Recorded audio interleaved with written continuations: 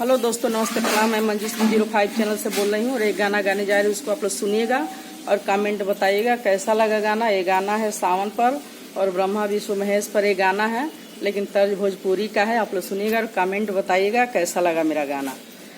हरिहर टिकुलिया लहरेदार टिकुली सटले बानी, हरिहर टिकुलिया लहरेदार टिकुली सटले बानी। एही रे टिकुलिया पर 3 जना के रखले बानी, एही रे टिकुलिया पर 3 जना के रखले बानी। ब्रह्मा और विष्णु महेश टिकुली सटले बानी, ब्रह्मा और विष्णु महेश टिकुली सटले बानी। हरिहर टिकुलिया लहरेदार टिकुली सटले बानी, हरिहर टिकुलिया लहरेदार टिकुली सटले बानी।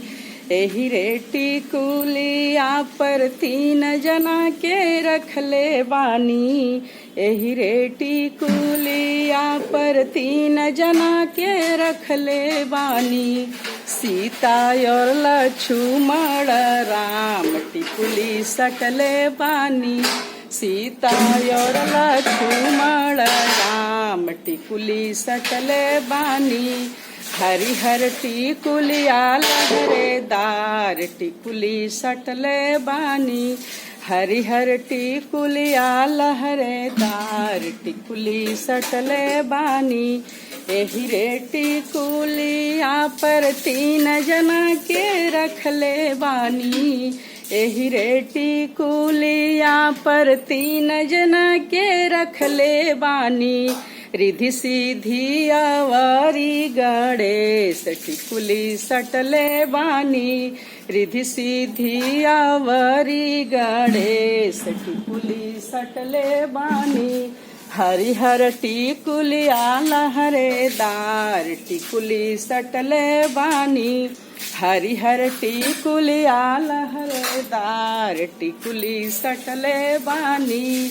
एही रे टिकुलिया पर भोले के नमवा लिखले बानी, एही रे टिकुलिया पर भोले के नमवा लिखले बानी।